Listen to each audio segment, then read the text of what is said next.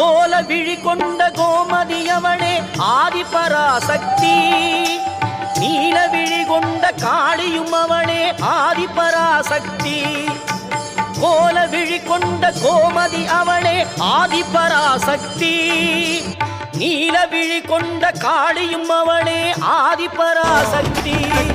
முக்காலம் உணர்ந்தவள் தொழில் புரிபவள் ஆதிபராசக்தி. முக்காலம் உணர்ந்தவள் தொழில் புரிபவள் ஆதிபராசக்தி. திரிசூலம் தாங்கிடும் சுந்தரி அவளே ஆதிபராசக்தி. மேல்மருவத்தூர் ஆதிபராசக்தி மலர்பதம் பாடிடுவோம். காலம் எல்லாம் நம்மை காத்திடும் தாய் அவள் கோவிலை நாடிடுவோம்.